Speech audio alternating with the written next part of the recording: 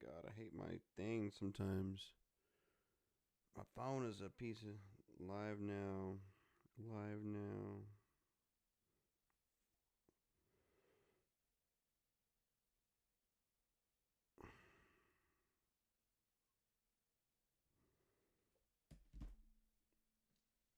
Oh shit.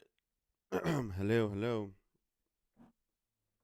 I have no cats on the bed today. Son of a bitch.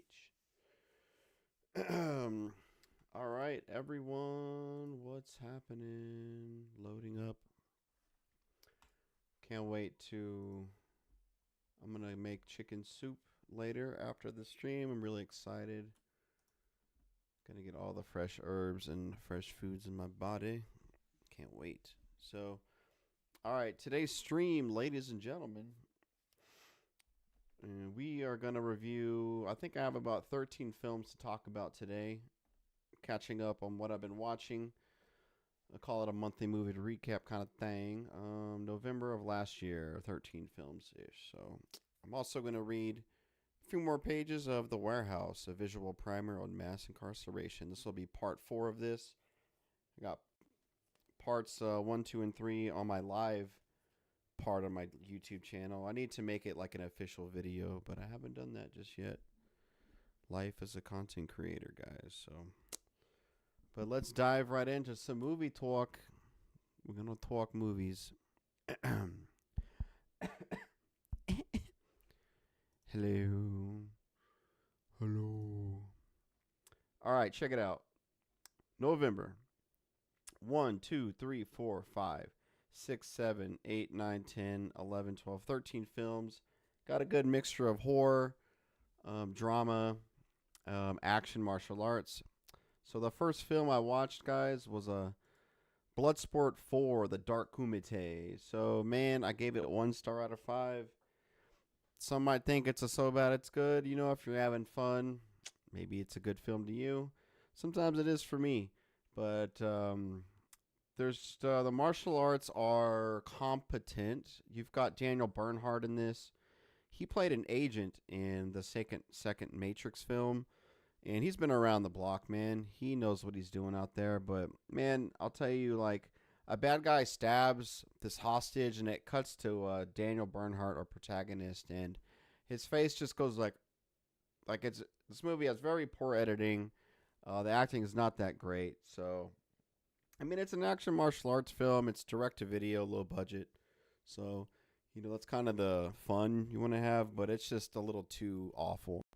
So, if you want to get drunk or stoned and watch this, maybe have a good time and maybe give it a shot. But 1 star out of 5 for Bloodsport, The Dark Kumite. That's film number 1.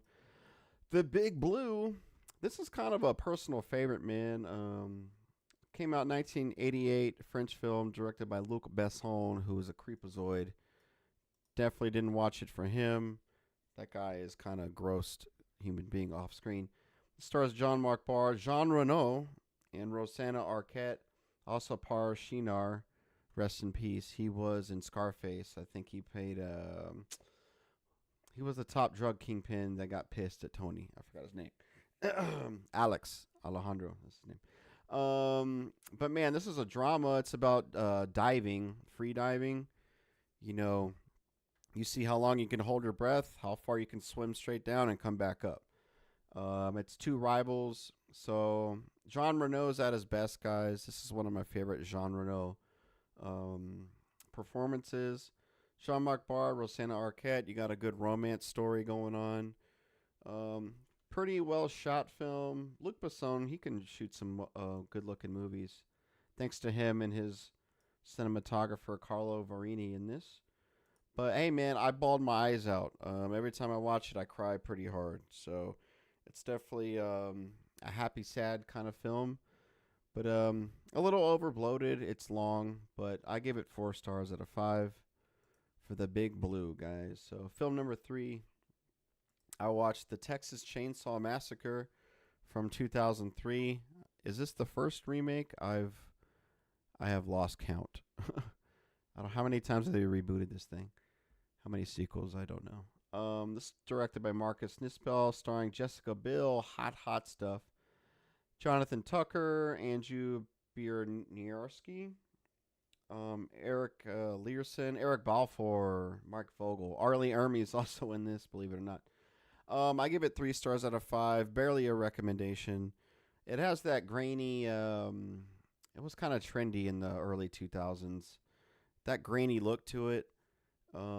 Dimly lit kind of thing. Everything looks kind of maybe like not that piss yellow, but like not gray. I don't know what I'm trying to say, but hey, man, the kills are pretty good. The house and the basement look pretty cool, and just I think Andrew Biernarsky, however you say his name, is Leatherface does a good performance. Arlie Army, he's always fun to watch, hamming it up, right? So not bad. And I swear to God, they try and make Jessica Biel as hot as a human being as possible. Her whole outfit, her fitness level is just off the charts, dude. But yeah, I'll give that one 2 thumbs up, barely. Predator Badlands, dude. Okay, I give it 2 stars out of 5. I think the theater experience helped on this one, and I saw this in theaters. I think I might have seen it in IMAX too or 4DX, but I'll commend the movie. There's tons of action, like lots of it, and the hazards, the planet, like all the plants and enemies or monsters that live there, pretty cool. I'll give the movie credit for that. Action choreography is pretty good, but man, Disney is fuck Disney, dude. I can't stand how like they're just prepping you for sequels, man. They're prepping you. They're trying to get you. They threw in some Alien from the Alien franchise. They threw some lore in there to get like that crowd into it, to like gather that crowd and get you hooked on this new series that they're gonna boot up. Because at the end of this film they're setting you up for Guardians of the Galaxy type of shit, man. And Elle Fanning, she's fine, but her character is like her comedic tone. It's no, I'm not buying it, man. So this movie kind of pissed me off. I don't like Disney, fuck them. But it's like I wanted to see a new action movie with Predator in it. People tell me like I try and boycott as much as I can, but it's like you saw a Disney movie, you're not boycotting. Look, man, I'm a content creator. I gotta keep my thumb on the pulse. You know what I'm saying? I gotta keep my friends close, but enemies closer. You know what I mean? Something like that. Malcolm X, next film I will watch. This is directed by Spike Lee in 1992. Insanely long, guys, at 202 minutes. I give it 4 stars out of 5. It feels a little. I mean, I'm not complaining. I like a long runtime, but I feel like 30 minutes could have been cut here. A little too long. It's a little pretentious. Spoilers: Malcolm X dies, as you know. And it's like when he pulls up to his last meeting spot, it's playing this ridiculous Sam Cooke song. A change is gonna come. It feels so cringe and like pretentious. I hate it. I don't like it. But I mean, you got Denzel at the top of his game. It's also starring Angela Bassett, Albert Hall, Delroy Lindo. He's at the top of his game here as well. Teresa Randall, fine. It's got some. I wish there was a bigger anti-capitalist message, anti-imperialist message. But hey, man, it's very epic. It's an epic film. The film looks fantastic, thanks to Spike Lee and his cinematographer, Ernest R. Dickerson, who he himself went on to become a really good director himself. Yeah, man. So 4 stars out of 5 for Malcolm X, dude. Definitely check it out. Could be Spike Lee's best moment. Hard to say. Next film I watched was Red Eye. I was on an airplane thriller tip, guys. This was released in 2005 by Wes Craven. Excuse me. This stars Rachel McAdams, Cillian Murphy, Brian Cox. And, man, it really throws you a curveball a couple times, and especially towards the end. So I give it 2.5 out of 5. I feel like it's just really hard to make an entertaining, thrilling film when you're stuck in the one location up in the sky. You know what I'm saying? I mean, I guess they do cut to the hotel here and there, but I don't want to spoil too much. But it's an all right thriller, man. Um, Callie Murphy plays a pretty good villain, but I think Rachel McAdams does a good job as well. She's usually good in everything. Brian Cox should have had more screen time, man. But yeah, not a bad job, but I can't give it a full recommendation, man. Blackjack, guys. I'm behind on my John Woo movies. I was trying to go through the depths of the John Woo filmography here. I give it 2 stars out of 5. It's for a direct to what is it? A direct to video or a made for TV movie? That's what it was. It's kind of decent. There's some good action set pieces. John Woo acrobatics, stunts. But it has just bizarre moments, man. Like this guy has trouble seeing the color white or something. And there's a fight, of all the fights they have, the setting is in like a milk factory. Like, oh, how convenient, right? It's really ridiculous. But Dolph Lundgren's cool, man. He can hold it down in a lead action role. Kate Vernon, Philip McKenzie, Fred Williamson's also in it. But watch it for John Woo and Dolph Lundgren, man. But I'm telling you, you'll see, when I say bizarre, you'll see what I'm talking about. There's some choices in this film that you're like, what? You'll be scratching your head, okay? So I would say, I'm not going to recommend it, but I would say watch it for John Woo and Dolph Lundgren, okay? Watch it. The Mission, I saw this in the movie theater at Austin Film Society. Directed by Johnny To, one of the gods of Hong Kong cinema. This is a release in 1999. Starring Anthony Wong, Francis Ning, Jackie Lui, Chung Yin, Roy Chung, Gi Young, Lam Sweat, Simon Yam, Eddie Ko. And man, this is really good, man. It's a few hitmen or gangsters who are at the top of their clan, or they're at the top of what they do. And they're gotta like protect a mob boss of some sorts, and it's really well shot, man. It's very, very tense. The gunplay is unlike anything you've seen. It's not like running, diving. It's not a John Woo action film. It's very tense. It's very meticulously shot. Guys aren't moving around and running and gunning. You know, it's very methodical. That's what I'm trying to say. And there's a great twist at the end, and the plot's pretty good too. Good story. So Johnny To, man, you gotta, if you guys are new to Hong Kong cinema, check this one out. This is a good start. Okay, triads, action, drama. Once Upon a Time in China 2. This is also the first one. Was also this is directed by Choi Hark. He directed the first one too. I think this came out 2 years after the first one ish. Starring Jet Li once again, Rosamund Kwan once again. Wen Biao is not in this one, but Donnie Yen is in this one, y'all. So you've got two fights with two of the best martial artists to ever do it in film, Jet Li and Donnie Yen. Okay, boom. You should see this movie automatically, no matter what, okay? But 4 stars out of 5. My review is pretty much the same to the first one, y'all. You get some cool history as far as the plot and story. It's not, like, ridiculous as far as the story or plot. It's just the comedy is, like, kind of whatever, because, like, sometimes I just don't understand Hong Kong comedies. Or their bits, you know. But dude, it's got incredible action sequences, action choreography. Definitely watch it, guys, if you like martial arts and action. So next movie I watched was Fear, directed by Barry Levinson, released in 1998. This was always on the goddamn movie channels growing up, like Stars, Cinemax, HBO, etc. I feel like I watched this at my grandma's when I had nothing to do. It was like on the 1 or 2 movie channels that she had. 2 stars out of 5. This movie is decent, but man, it takes a major shit at the end. It's got a good cast with Dustin Hoffman, Sharon Stone, Samuel Jackson, Queen Latifah. But man, it just takes a dump in your face and it just rubs it all over you, dude. They're not even sorry about it.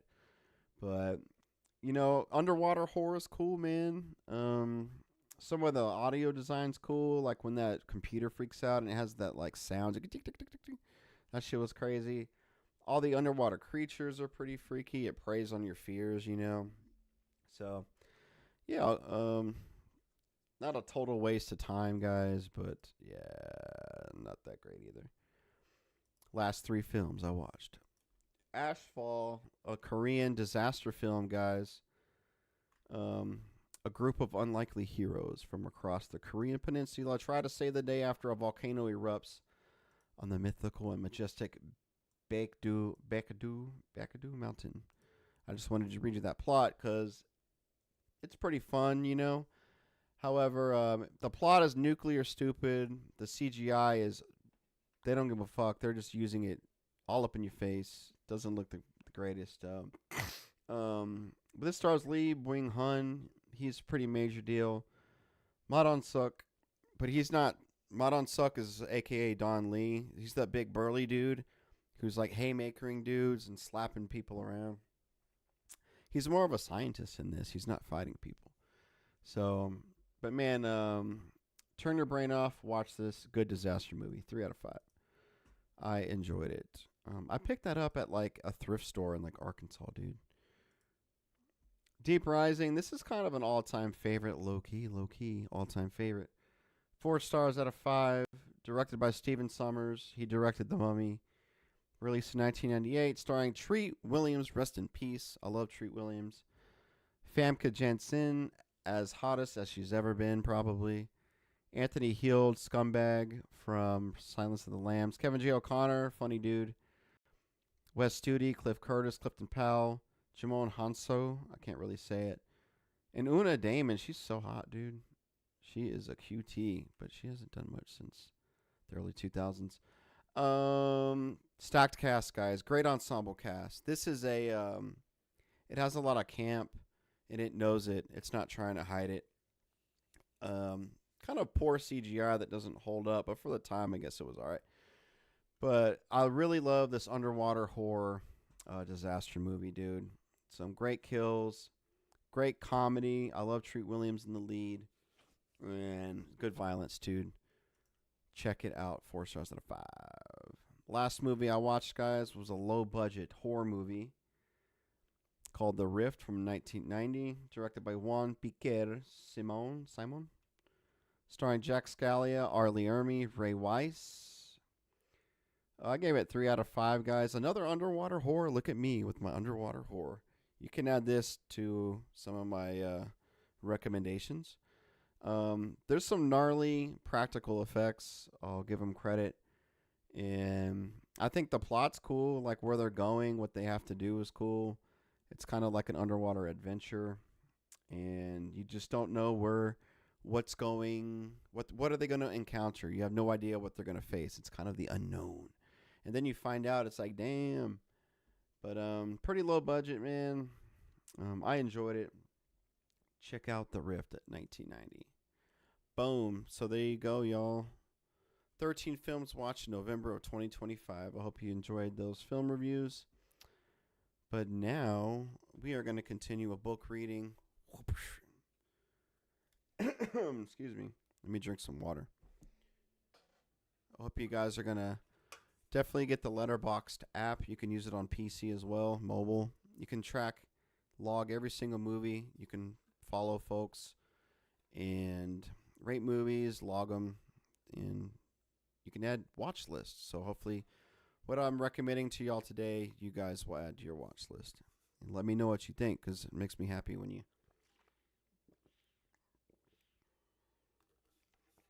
you watch what I recommend. So let me know, man. Let me know.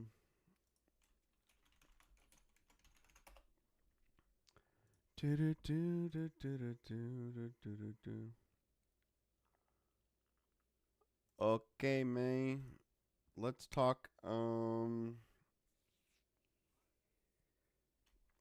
let's go to a book reading. So I had a. Where am I? What the fuck? What am I doing? Okay, I'm not looking at my web browser. All right, welcome. This is going to be part 4 of a book reading called The Warehouse, a visual primer on mass incarceration. Whoops. Written by James Kilgore and Vic Liu. Vic Liu is does most of the artwork in this. Artist and author. So, this is part 4. We are going to talk about solitary confinement. In previous chapters, we talked about how each president has escalated. The number of people being imprisoned has skyrocketed since the 80s. And each president, since Nixon is guilty, it discussed numerous policies, guys. We discussed wrongfully convicted, how life is like in the tiny cells, and much more. So you can find parts 1, 2, and 3 on YouTube. But now let's start part 4. This is kind of how it opens up there. The whole, or SEG, solitary confinement. 80,000 people are solitary in the U.S. Most prisons and jails make use of some form of solitary confinement as a punishment or method of separating people from the general population.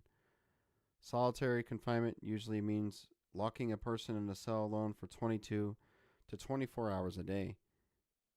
Common reasons given by authorities for isolating people are incidents of violence, protection from other people in the population who may want to harm them, or separating people who may have a contagious disease like HIV/AIDS. Transgender people are particular targets for solitary. In fact, Layleen Polanco Extravaganza, a trans Afro-Latina, died in solitary in New York's Rikers Island jail in 2019. She passed away when she had a seizure. However, evidence does not always support official explanations for use of solitary. In fact, a 2016 report by the Vera Institute found that 85% of the thousands of people held in solitary in Illinois prisons were placed there for minor infractions such as abusive language. Historically, the U.S. has been one of the few countries in the world to use solitary confinement in juvenile prisons, though this practice has been greatly reduced or eliminated in many states in recent years. Authorities use many terms for solitary confinement: administrative segregation, special housing, secure housing, restrictive housing, behavior modification, or simply isolation. As of 2021, a Yale study concluded that more than 40,000 people in U.S. prisons and jails were in solitary confinement. The United Nations has determined that keeping someone in isolation for more than 15 days is a form of torture and can have serious long-term mental health consequences. In 2021, the Yale report estimated about 6,000 people had been in solitary for over a year. Many prisons subject people to solitary for decades. Conditions in solitary confinement vary. In some units, the incarcerated person may not have access to books or TV. Access to phones as well as visiting may be restricted or disallowed. Many solitary units have exercise spaces where a person may be able to exercise for an hour a day. These are often called kennel runs because they resemble the cages in which dogs are often held. Quote from Ronald Clark. He's been in solitary confinement on death row for 31 years in Florida. He spends 23 hours a day in his 9-foot by 7-foot cell. And here's a quote.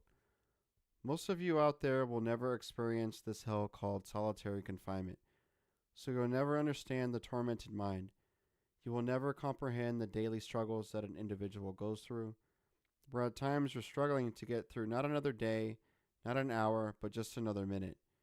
You can read about this until you are blue in the face. I can describe it in great detail, but you still would not grasp the daily psychological hell that we endure. Close quote. There you go. Got some artwork there. Oh, sorry. See that. Ring light's kind of blasting in there. So on the next page, page 70, photo requests from Solitary. These photos are the result of a project started by Tams Year 10 that connected image requests from people in solitary confinement to volunteers on the outside. To learn more and to help fulfill these requests, go to photorequestsfromsolitary.org. So I'm going to read the first one. I love frogs because I used to catch them when I was young. I just want a photograph of a nice frog surrounded by rocks and grass. This photo, I'll just show it to you. It's a frog. And you can see their handwriting there. Here's the next one. I would like an early sunset over water. I can't really read the handwriting. With lots of red and purple in the sky, clouds, ideally with a buoy in the distance. And as you can see, that's what they requested and that's what they got. I can barely read the handwriting, huh?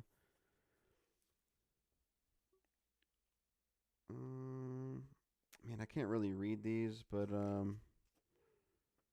one person wanted a photograph. He wanted a photograph of the Barclay Center because he's a sports fan there, so you can see that right there.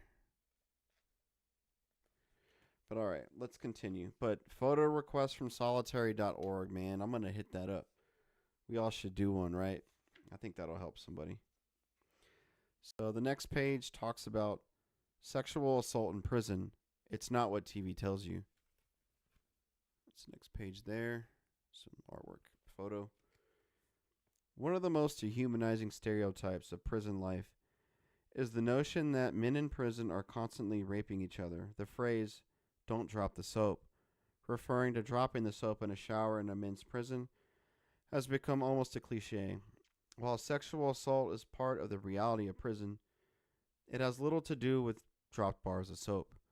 According to research done by Interrogating Justice, quote, most rape and sexual assault allegations point the finger at staff, close quote. Despite the bar of soap imitations, the highest rate of sexual abuse comes from women's prison, with male staff being the primary offenders. The problem became so pervasive at the Women's Federal Correction Institute in Dublin, California, that the population nicknamed the institution the Rape Club. Allegations of sexual assault led to the firing of the warden at Dublin, Ray Garcia. He and 3 staff members were criminally charged for sexual assault. Garcia allegedly forced women in the prison to strip naked while he took photos of them. Pictures he had taken of the women were found on his phone during the investigation. In the early 2000s, the Federal Bureau of Prisons identified sexual assault as a serious problem. Data gathered by authorities, along with grievances filed by people in prison, led to the passage of the Prison Rape Elimination Act of 2003, PREA. This act mandated a zero-tolerance policy for sexual assault and compelled prisons to officially document every reported sexual assault. PREA did not absolutely ban consensual sex between incarcerated people, but it did give individual facilities the authority to ban all sexual activity in their institution. According to PREA, no sexual interaction between a staff member and an incarcerated person can be classified as consensual. While PREA has had some impact, incidents of sexual abuse in prison are difficult to quantify. Many go unreported due to shame or fear of retribution. Until 2012, there were few regulations defining sexual assault in prisons, but a directive from the Justice Department in 2012 expanded the ways people in prison could report sexual assault and compelled authorities to investigate every allegation.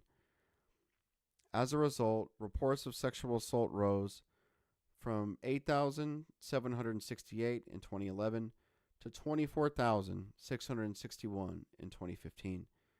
About 58% of the reported incidents were accusations against staff. But while the number of reports grew astronomically, the percentage that was classified as substantiated shrank. Many people have expressed skepticism at this alleged number of false reports, as incarcerated people do not benefit and sometimes suffer greatly for coming forward. Whether carried out by a staff member or another incarcerated person, LGBTQ plus individuals are the most likely to be victimized. A California study found that transgender women in men's prisons were 13 times more likely to be sexually abused than the rest of the population. The act of housing a transgender person in a facility not designed for their gender identity could also be considered a form of sexual assault.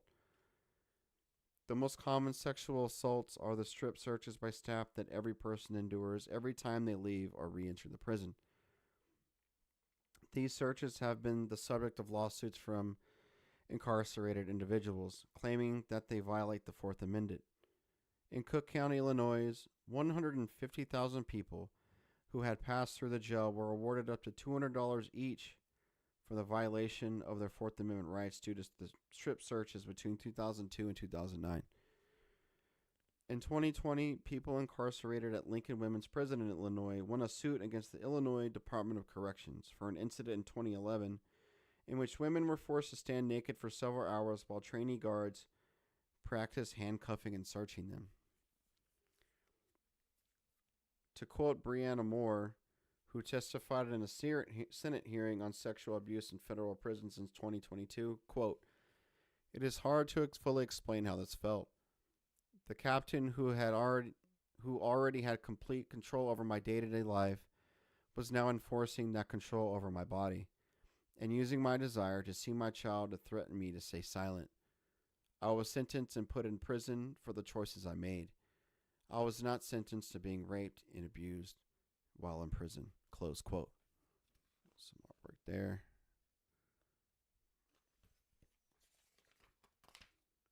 All right. Next page. The mental health impact of incarceration. According to a 2017 report from the Bureau of Justice Statistics, half of those in prison and 2/3 of those in jails had either serious psychological distress or a history of mental health challenges. And here's a photo of a suicide prevention smock, a turtle suit. You can see there. This smock is distributed to people on suicide watch to wear instead of their own clothing.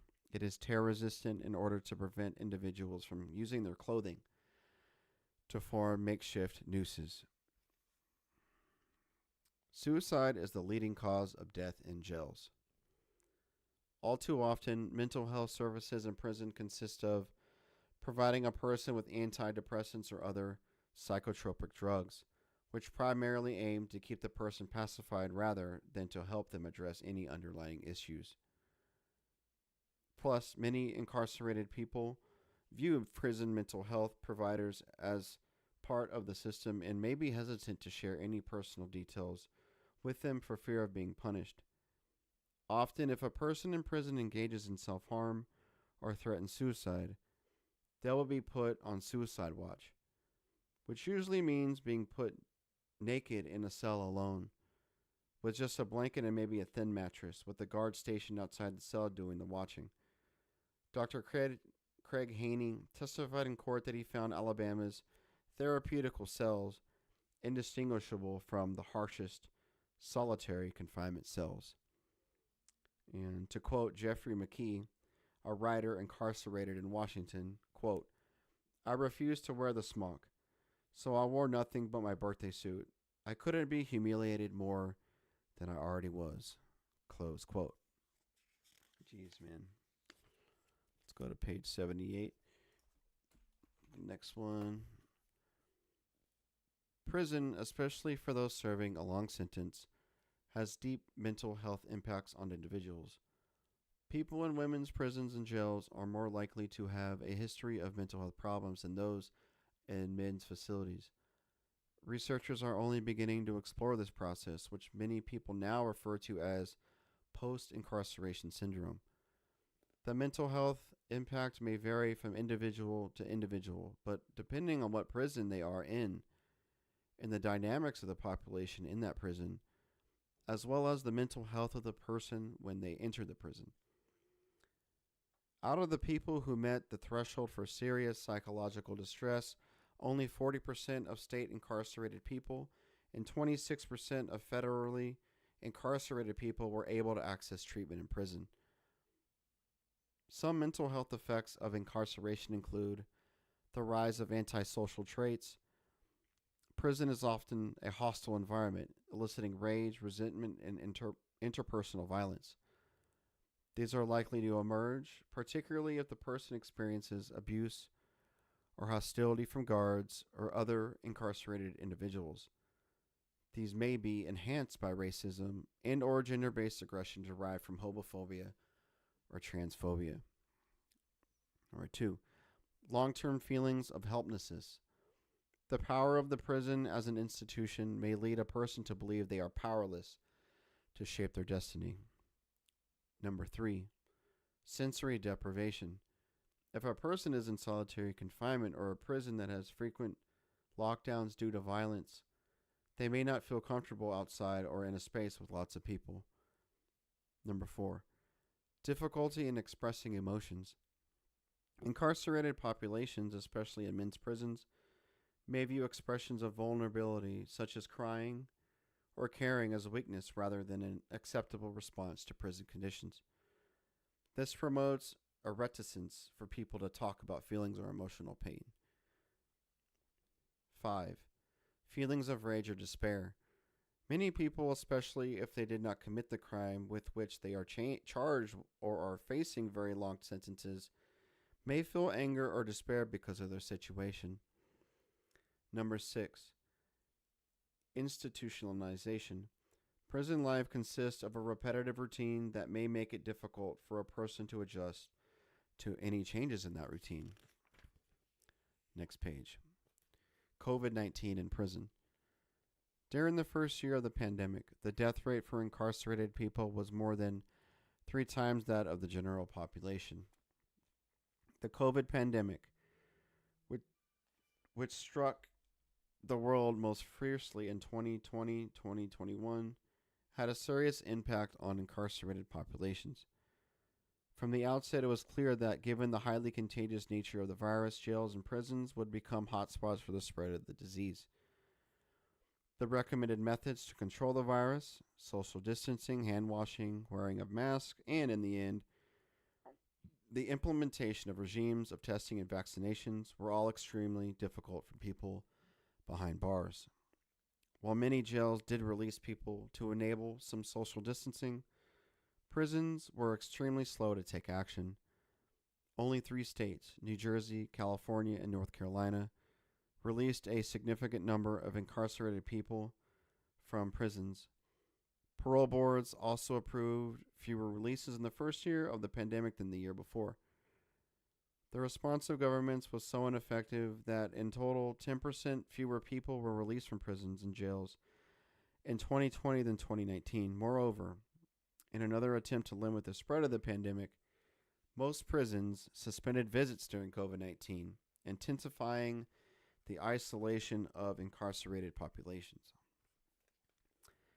Even when provisions like hand sanitizer and masks were available, quite often they weren't shared among the population.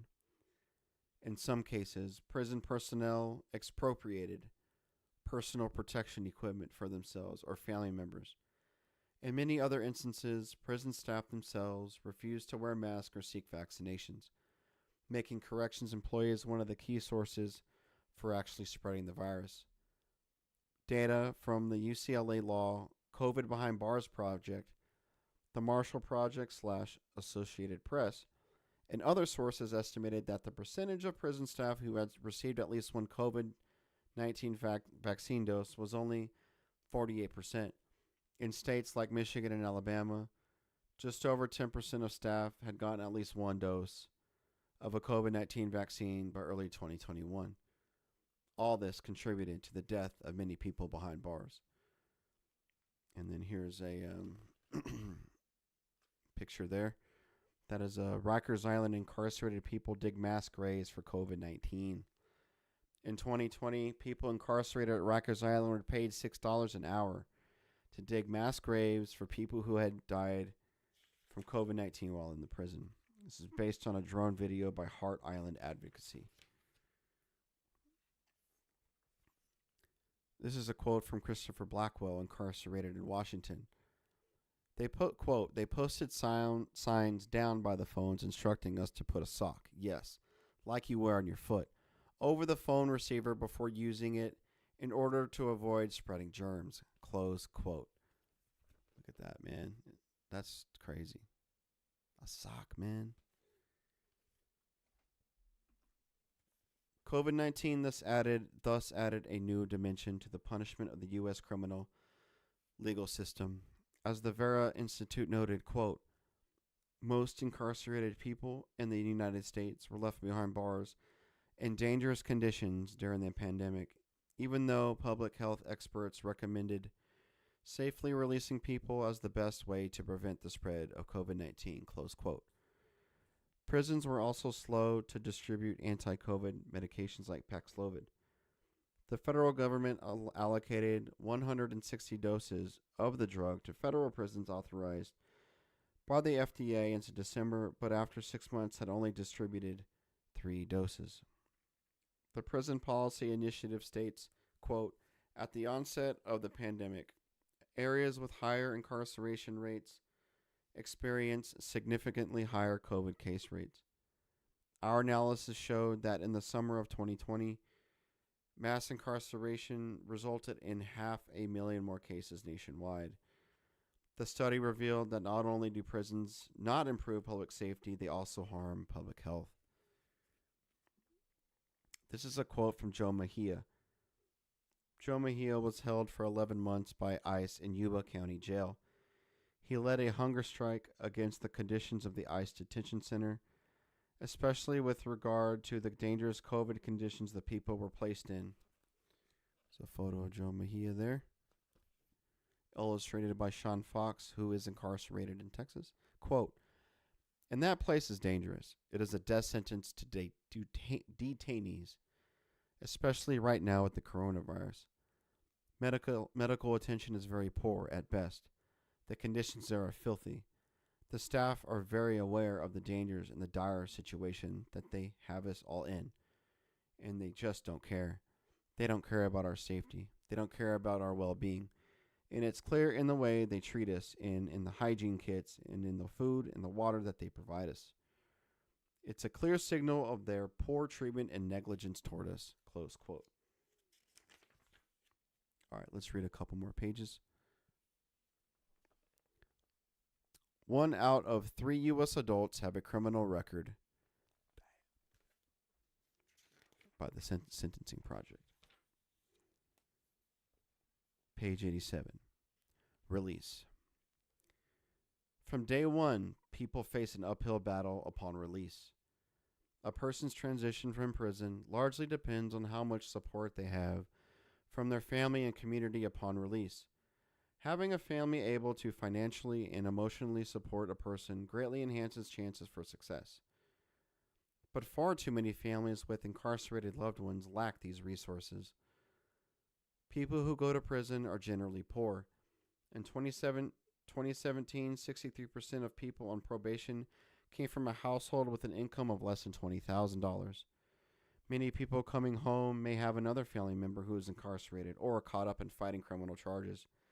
Since black people are incarcerated at 5 times the rate of white people and twice the rate of those labeled Hispanics, systemic racism is also something many people from prison must confront.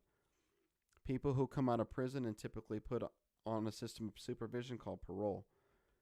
Typical terms of parole span 3 to 5 years, but in some cases extend up to 30 years. Those coming out of jail usually are put on probation, a local form of supervision that usually lasts about a year or 2. Out the door. Being released from prison or jail does not immediately free a person's mind from the impact of incarceration. Being locked up is a traumatic experience. People carry emotional and sometimes physical scars from prison. especially if they have been in prison for a lengthy period. They need healing and care to prosper. Gate money. Prisons do very little to prepare people for this transition. Most prisons provide gate money, a small cash payment upon release. In Illinois, gate money is $10. In California, it is $200. In North Dakota, the prison deducts money from the wages of a person's prison job and puts it into a release aid account, which they receive upon release. If the person has not worked while in prison, they receive no gate money. Most prisons will provide a one-way bus ticket to a person's home jurisdiction if they have no one to pick them up at the gate. They may receive minimal clothes like sweatpants, t-shirts, and slip-on canvas shoes. There's a photo of a $10 bill there, gate money. Transition housing. Halfway houses are part of the carceral system. One of the few supports the prison system offers to people to prepare them for release are halfway houses. These are typically places where a person may live during the closing months of their sentence. The federal government contracts with about 150 of these nationwide. In most instances, a person is locked into the halfway house at night, but may be free to work or visit people during the day. More common are transition houses. Places where people who have Places where people who have completed their sentence live while they transition to the community. Most transition houses are privately owned. The operators of these facilities contract with local or state government for a fee. Transition houses vary. Some, like Susan Burton's A New Way of Life in Los Angeles or Precious Blood in Chicago, offer comfortable housing and lots of support. Others are run by profiteers who contract for a short period of time, provide little or no support, and put people out on the street when the contract ends. My voice is kind of giving out. Hang on 1 second.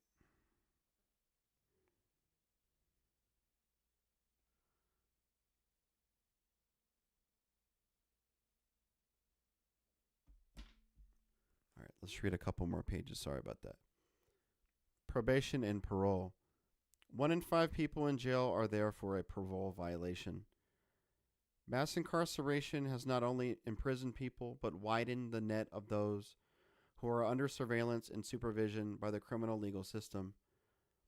The two most important forms of surveillance by the criminal legal system are parole, a program of supervision by the state directed at people who have completed a prison term. Parole is typically for a specific period of time, about 3 to 5 years, but some people are on parole for life. Probation, a program of supervision by local authorities such as counties or parishes. People on probation usually either have finished a short sentence in a county jail or may be placed on probation instead of doing time in a jail. People under supervision generally have to follow a strict set of rules. These vary from state to state, but typically mean employment and avoid past associates. They must meet regularly with their parole or probation officer and inform them if they change residence or employment or travel out of town. In some cases, probation or parole may be accompanied by tracking via a GPS ankle monitor, a cell phone tracking app, and house arrest.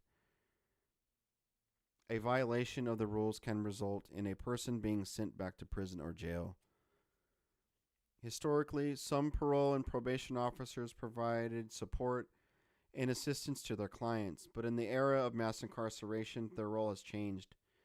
Now, parole and probation officers largely focus on monitoring whether their clients commit any new crimes or violate the rules of their supervision. Instead of carrying portfolios of helpful information for their clients, many of them carry guns. They police far more than they support.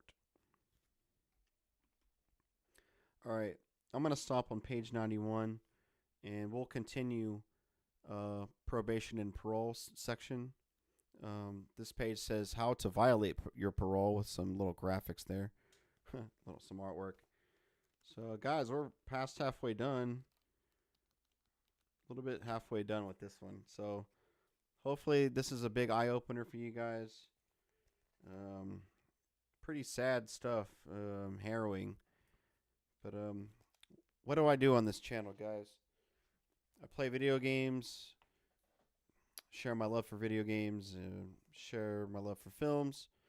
But I'm anti-capitalist, anti-imperialist. I hate the two-party system. I used to be a Democrat, and you got to understand that Democrats are anti-black, anti-people of color, just as much as Republicans. They just do it quietly. They want poor people, working class people. They want them rounded up in jails, especially black people. So Joe Biden, the most racist bill in history, the 1994 crime bill, Democrat, Bill Clinton. So all this fucking harrowing statistics, man, all the shit that's happening in this book. You know, you can blame Republicans too, but Democrats especially. So that's that's one of my goals on this channel, guys, is to expose the two-party system. Stop trying to vote. You can't vote your way out of this, okay? But yeah, this is The Warehouse, a visual primer on mass incarceration. This is a stream. This is part 4 of this book. I will continue part 5 in the near future, guys. But check out my YouTube channel. You can find parts 1 through 3 on the live tab, and I will make it an official video that with a title and thumbnail and all that stuff. But all right, we'll talked 13 films I watched in November of 2025 last year, and then I did a book reading. So I hope you guys enjoyed that. My friend Bartender says in the chat, name of the book. Yeah, I just told you about it, man. Yeah, Republic Hunts and Demo Rats.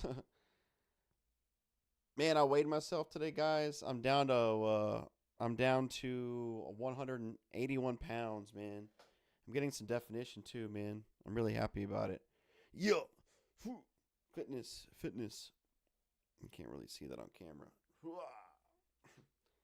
I'm really happy about that. I ballooned to 200 pounds, guys, about a year and a half ago. And this year, I probably started at like 193 pounds. And I'm down to 181. So it's difficult to stick to like calorie counting, macro calories, like logging your carbs, fats, and proteins, how many grams, you know? That's difficult. But man, I'm telling you guys, all you have to do is show up. Just go to the gym. Just do it. Just go. Hate to sound like a Nike commercial. But just be consistent, man. No excuses. Just go do it. Just make it a routine. Like, do you think, should I go to the gym today? Just go. Don't even think about it. Just go. Walk around the track. Walk around the block.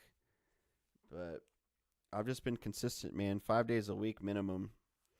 Weightlifting. And I've hated cardio, guys. That is something, like, I've been going to the gym consistently for about a year and a half now. However, I don't do cardio. I hate it.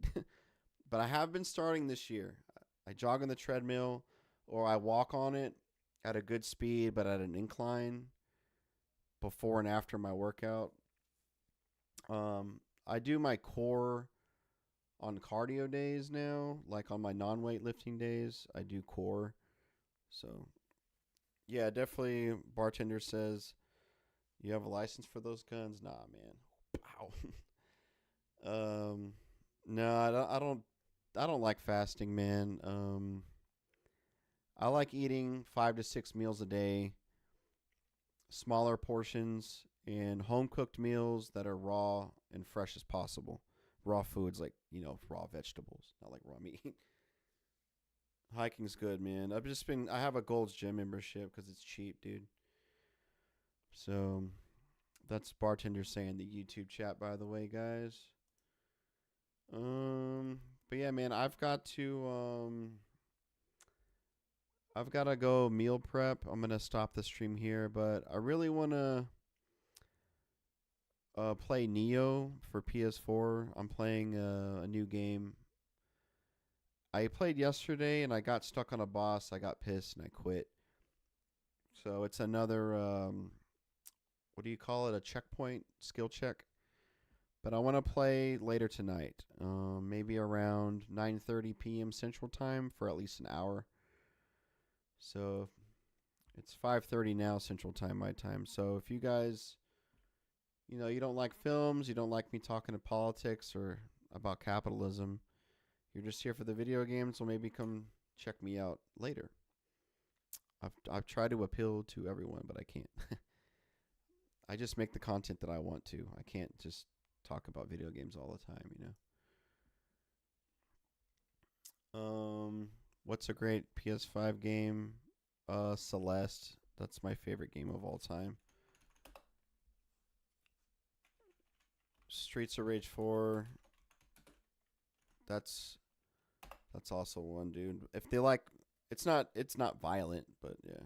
RE9 is super dope. Yeah, I give it 8.5 out of 10.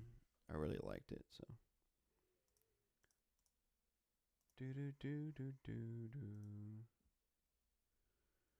All right, man. Well, I gotta go. But thanks for watching, everyone. Appreciate you being here. Thanks for chatting with me in the chat. Yesterday I did a stream.